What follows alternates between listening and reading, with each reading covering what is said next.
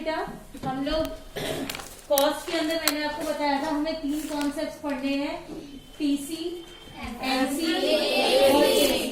TC के अंदर हमें अगेन 2 कॉन्सेप्ट पढ़े,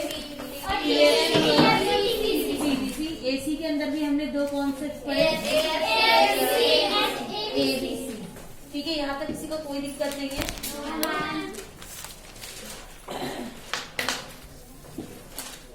हमने एक बच्चा कह रहा है लॉ ऑफ वेरिएबल प्रोपोर्शन समझा दो मैम। ये क्वेश्चन सबसे ज्यादा इंपॉर्टेंट क्वेश्चन है चैप्टर का कि why MC and AC are in U shape. आखिर ये दोनों यू शेप में क्यों होते हैं? Due to law of variable proportion. Law of variable proportion. Law of variable proportion सिर्फ इतना कहता है कि जब हमारे फिक्स फैक्टर्स फिक्स होते हैं, हम वेरिएबल फैक्टर्स में चेंजेस करते हैं, यानी जो परिवर्ती साधन होते हैं यानी लेबर, उनमें बदलाव करते हैं, तो पहले प्रोडक्शन हमारा इंक्रीजिंग रेट से बढ़ता है, that is increasing returns two factor. उसके बाद कांस्टेंट रेट से बढ़ता है, that is constant returns two factor.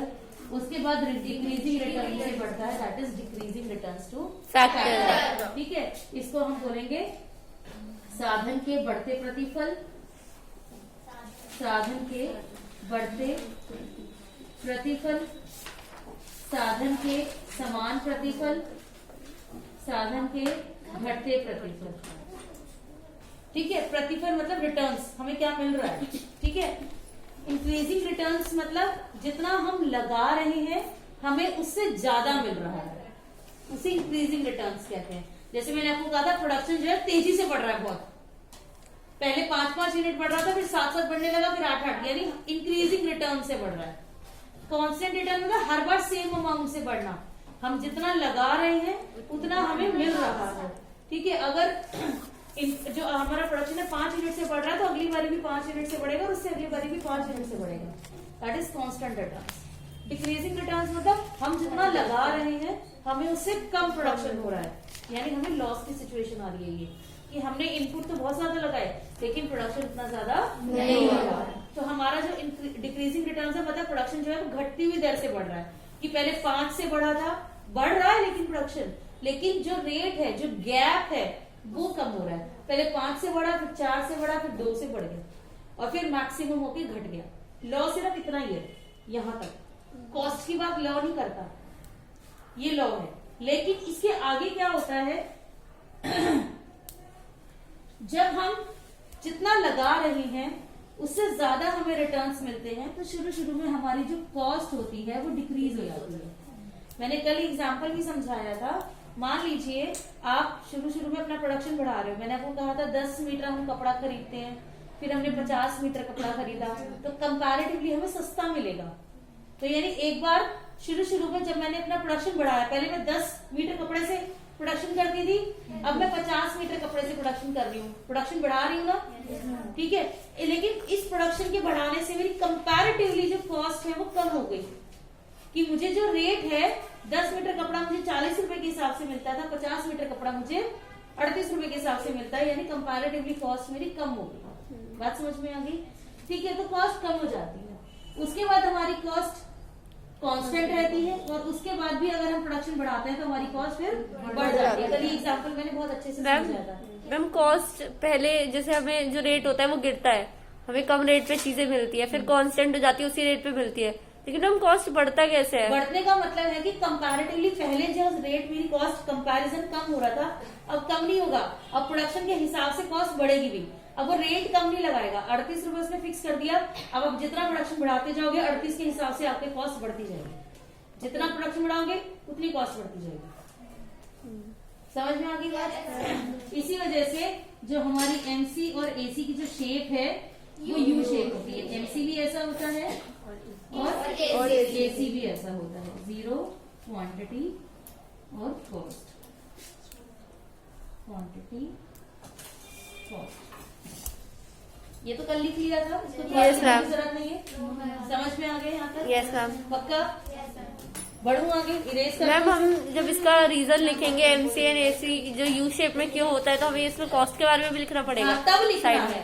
Law जो है, लॉ सिर्फ प्रोडक्शन बताता है, लेकिन जब बात कि रीजन की कि ये यू शेप में क्यों है, तब हम प्रोडक्शन के साथ साथ कॉस्ट भी बताएंगे कि इस लॉ की वजह से जो है हमारे कॉस्ट ऐसे ऐसे रिएक्ट करती है कि जब हमें इंक्रीजिंग रिटर्न्स मिलते हैं तो कॉस्ट डिमिनिश हो जाती है, जब कांस्टेंट रिटर्न्स मिलते हैं कॉस्ट कांस्टेंट हो जाती है, और डिक्रीजिंग रिटर्न्स मिलते हैं तो कॉस्ट बढ़ जाती है। इस वजह से हमारी कॉस्ट की शेप यू शेप होती है।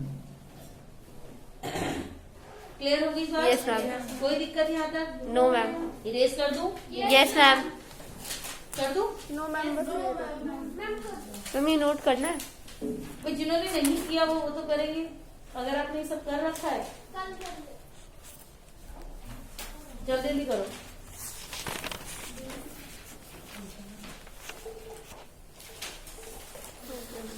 इसमें आप लिखेंगे लागत घटती है, लागत समान रहती है,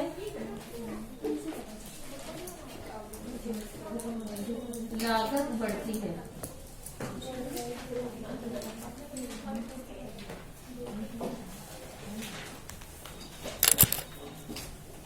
ठीक है? Yes ma'am. कर दूं अब? Yes ma'am. थोड़ा बहुत अगर रह जाता है घर जाके वीडियो से देख के पूरा कर लें।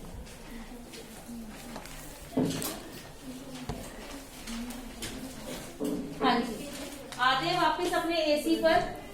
हमने कल एक न्यूमेरिकल किया था, किसी ने नोट किया है? Yes ma'am. जरा बताइए क्वांटिटी कितनी बना रहे हैं? 0, 1, 2,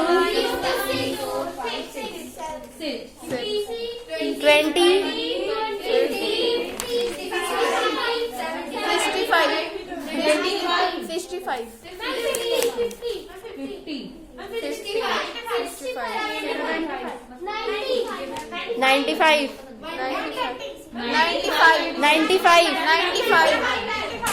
अच्छा 130, 85।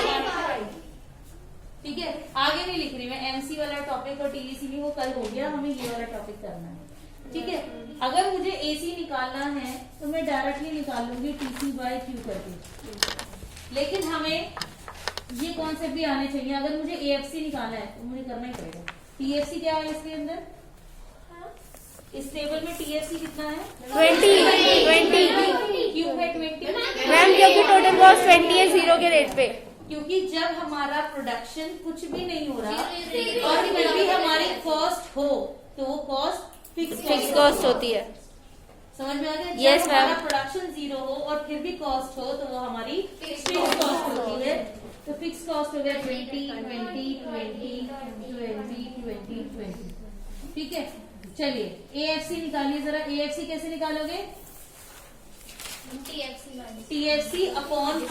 जब भी हमें किसी का एवरेज निकालना है हम उसके टोटल को क्वांटिटी से डिवाइड कर देंगे।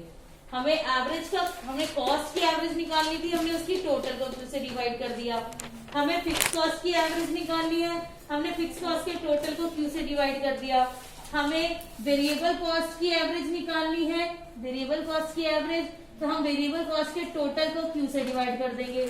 हमें प्रोडक्शन की एवरेज निकालनी है तो हम प्रोडक्शन के टोटल को Q, वहाँ L होता है, L से डिवाइड कर देंगे। मतलब टोटल को डिवाइड करते हैं तभी हमारी एवरेज आती है। समझ में आ गई बात? Yes ma'am. चलिए बताइए फिर। 20/0 इंफिनिटी। शाबाश। जब भी डिनोमिनेटर में 0 होता आएगा है तो आपकी वैल्यू इन्फिनिटी होती है। 20/1 20,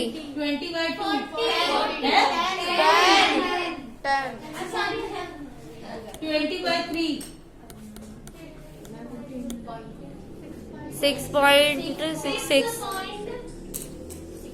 6.66, 2 बचेगा मैम। 66, 6.6 20/4 5, 20/5 4, 20/6 3.3।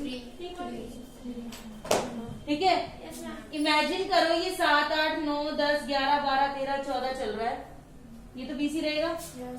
क्या बिहेवियर हो रहा है एएफसी का? मैम फिर ये बाद में नेगेटिव में चल जाएगा। क्यों? मैम कम होता जा रहा है मैम, डिक्रीज हो रहा है। सबसे ज्यादा पूछे जाने वाला क्वेश्चन है इसी से रिलेटेड कॉन्सेप्ट से। क्वेश्चन बाद में बताऊंगी, पहले बताओ मुझे क्या टीएफसी कभी नेगेटिव होगा? No ma'am. क्या टीएफसी कभी जीरो होगा? No ma'am. जब टीएफसी कभी जीरो नहीं होगा, एएफसी कभी जीरो नहीं होगा, तो क्या टीएफसी कभी जीरो नहीं होगा, क्यू कभी जीरो होगा? हो सकता है, लेकिन जब क्यू जीरो है तब एएफसी क्या रहे? क्या क्यू नेगेटिव होगा? No ma'am. क्यू तो हमेशा बढ़ेगा हाँ। या घटेगा, जीरो हो जाएगा, लेकिन नेगेटिव कभी नहीं होगा। क्यू नेगेटिव होने का कोई लॉजिक ही नहीं है, मीनिंग ही नहीं है कोई। क्वांटिटी नेगेटिव मतलब क्या? कुछ नहीं, या तो बना नहीं रहे या बना रहे हो, बस यही बात होती है ना। नेगेटिव बना रहे हो तो क्या मतलब है? कोई मतलब नहीं है ना, सेंसलेस बात है ये तो क्वांटिटी जीरो होगी, एएफसी इंफिनिटी होगा। क्वांटिटी बढ़ती जा रही है, एएफसी क्या होता जा रहा है? क्या ये वैल्यू घटते घटते घटते घटते घटते कभी जीरो होगी? No ma'am. मैम हो सकती है। हो सकती है, बताओ कब? मैम माइनस में हो सकती है। माइनस भी हो सकती है, मैम नहीं होगी। माइनस भी हो सकती है। मैम जीरो तो नहीं अच्छा चलिए करें क्वांटिटी 7, 8, 9, 10, 11, 12, 13, 14, 15, 16, 17, 18, 19, 20, मैम जीरो नहीं होगा, मैम जीरो नहीं होगी। ठीक है। और टीएफसी जो है वो तो 20 ही है। 20, 20, 20, 20, 20, 20, 20, 20। निकालना एएफसी मैम नहीं होगी। 20/7 2 the 40 बेंच पे की वही कॉपियां खत्म हो गई। मैम 2.2 बोलो 2.8 2.8 20/8। 2.5 मैं कैलकुलेट नहीं कर रही, जो बोल रहे हो आप लिखते जा रही हूँ मैं। 2.5 20/9 2.2 20/10 2 20/11 1.908 1.8 20/12 नहीं 8 आएगा आई थिंक 1.7 1.7 20/13 6 1.6 बिना कैलकुलेट करे बता रहे हो? 1.6 आएगा। पक्का? Yes ma'am. 20/14 14 120 चलो आगे यहाँ आते हैं। 20/20 जीरो थप्पड़ मारो। 1 कितने का मन कर रहा है तुम्हारा? 20/20 1 20/21 0 point मैम आएंगे नहीं जीरो। है मैम जीरो पॉइंट में आया ना पॉइंट। 0 point something कुछ क्या है? बताओ दे कैसे बता मैम तो दो। पॉइंट में कैसे जाएगा? 0.2 हाँ एक नंबर बोल दो ना, इसका पूरा कर दो। जीरो में तो जाएगा ही। यस मैम 20/21 9 आई थिंक 8 या 9 के 0.9 आसपास। हाँ 8 या 9 आएगा। 0 ठीक है। अब बताओ क्या ये वैल्यू कभी जीरो हुई? और बढ़ा लो चाहे इसको, कभी जीरो होगी? क्यों नहीं होगी? क्योंकि मैम टीएससी क्योंकि टीएफसी जब तक जीरो नहीं होगा तब तक ये जीरो हो ही नहीं सकती, यस मैम। Yes ma'am. और ये वैल्यू कभी जीरो होती ही नहीं। प्रोडक्शन जीरो पर ये वैल्यू जीरो नहीं होती, तो ये वैल्यू जीरो होगी कब? कभी भी नहीं होगी, क्योंकि तो यही बात है, एएफसी कभी भी जीरो नहीं होगा, घटता जरूर रहेगा, घटता जाएगा 0.0000 करके वैल्यू आती रहेंगी, लेकिन कभी जीरो नहीं होगा, नेगेटिव नहीं होगा। क्यों नहीं होगा? क्योंकि टीएफसी कभी जीरो नहीं होती, क्योंकि टीएफसी कभी नेगेटिव नहीं होता। बात समझ में आ गई? Yes, yes, इंफिनिटी से वैल्यू शुरू हुई थी और घटती जा रही है, घटती जा रही है, घटती जा रही है, घटती जा रही है, but it never touches zero, it never touches x axis. ठीक है, आते हैं इसकी शेप पर अभी।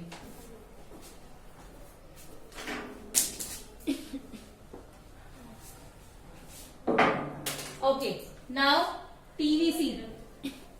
टीवीसी निकाल रखा है हमने, यस मैम। कितना है बताइए, कैसे निकालेंगे पहले ये बता दो। मैम TC माइनस TFC ये टीवीसी कैसे निकालेंगे? TC minus TFC TFC. ठीक है, यस मैम। ये रहा टीसी, ये रहा टीएफसी, करो माइनस। 0 110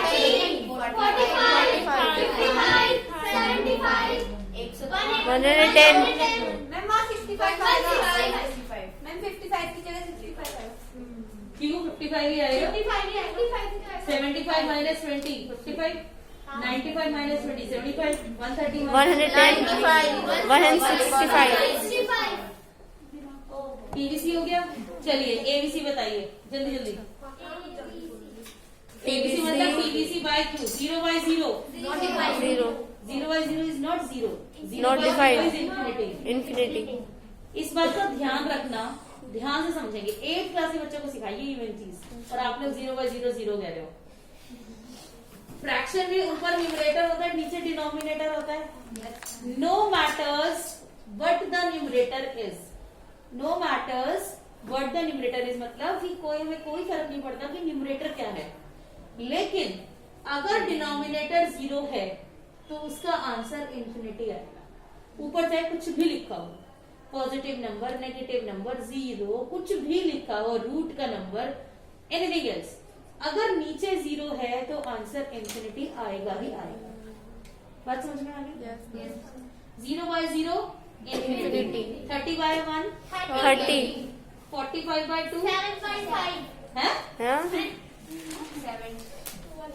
45 by 2 का आपने, सॉरी मैम 45 by 2 22.5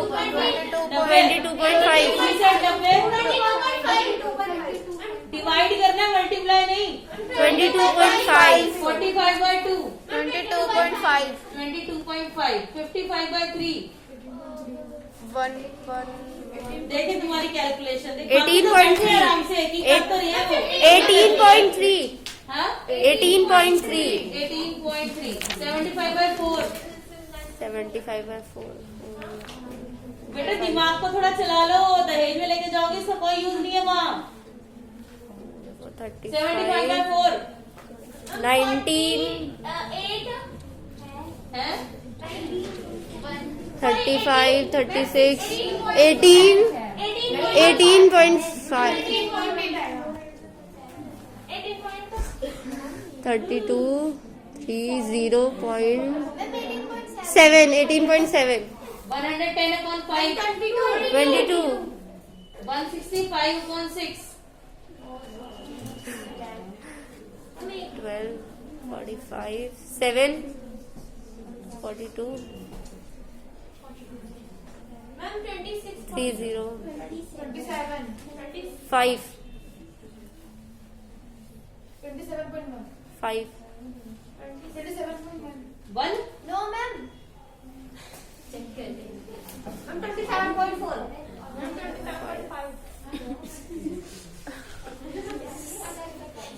27.4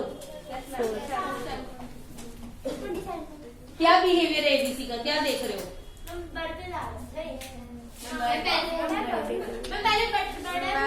ना बढ़ रहा था, मतलब रैंडम तो नहीं है। रैंडम मैम ध्यान 5 से होगा देखो, ध्यान से, जल्दबाजी नहीं करो। फिर कांस्टेंट हो रहा है, फिर बढ़ रहा है। नहीं मैम, फिर भी नहीं। घट रहा है उसके बाद बढ़ रहा है मैम मैम बढ़ रहा है फिर घट रहा वेरी है, गुड। पहले बढ़ रहा है घट रहा है, हाँ घट रहा है इंफिनिटी बड़ा होता है 30 बड़ा होता है, यस मैम घट रहा है इंफिनिटी बड़ा होता है, Yes. पहले घट रहा है, फिर बढ़ रहा है। उसके बाद फिर बढ़ रहा है सॉरी 18.3 तक ये घट रहा है, डिक्रीज हो रहा है, और 18.3 के बाद से ये जब पहले कोई चीज डिक्रीज होती है और फिर वो चीज इंक्रीज होती है तो शेप क्या लेती है? U shape. ये समझ में आ गया? पक्का? चलिए अब ध्यान से देखेंगे इसका डायग्राम, बहुत ध्यान से देखेंगे। पहले न्यूमेरिकल नोट कर लो ये जल्दी से। मैम अब 5 होगा 27.5 हाँ मैम उसी के साइड वाले कॉलम में कर दें या नहीं, अलग से दोबारा नहीं, बना नहीं, लें आज की डेट डाल के दोबारा। अगर इस क्वेश्चन में हमें एसी कैलकुलेट करना है, देखिए प्लीज सामने लिखते भी रहिए साथ साथ। 2 तरीके हैं, या तो इन दोनों को प्लस कर लो एएफसी और एबीसी को, या फिर क्या कर लो TC upon Q को आप दोनों फॉर्मूले अपना सकते हो। यहाँ पर एएफसी और एबीसी को प्लस भी कर सकते हो और टीसी बाई क्यू भी कर सकते हो। दिस इज इंफिनिटी 50 2.5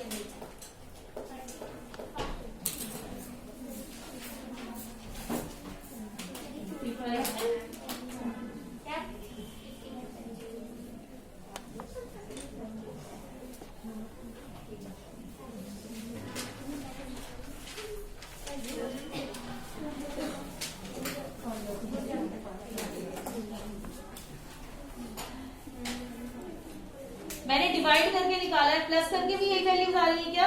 हल्का बहुत पॉइंट का डिफरेंस हो सकता है वैसे, यस मैम। क्योंकि पॉइंट के बाद कोई रैंडम जो नंबर्स होते हैं उनके एडिशन में डिफरेंस आ सकता है।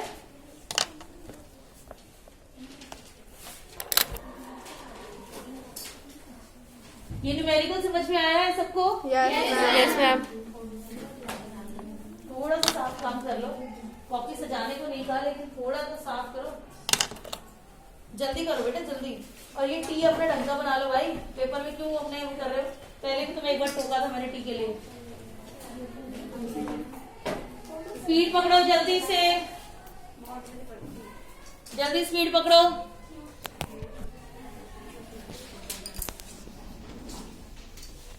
लिखो न्यूमेरिकल।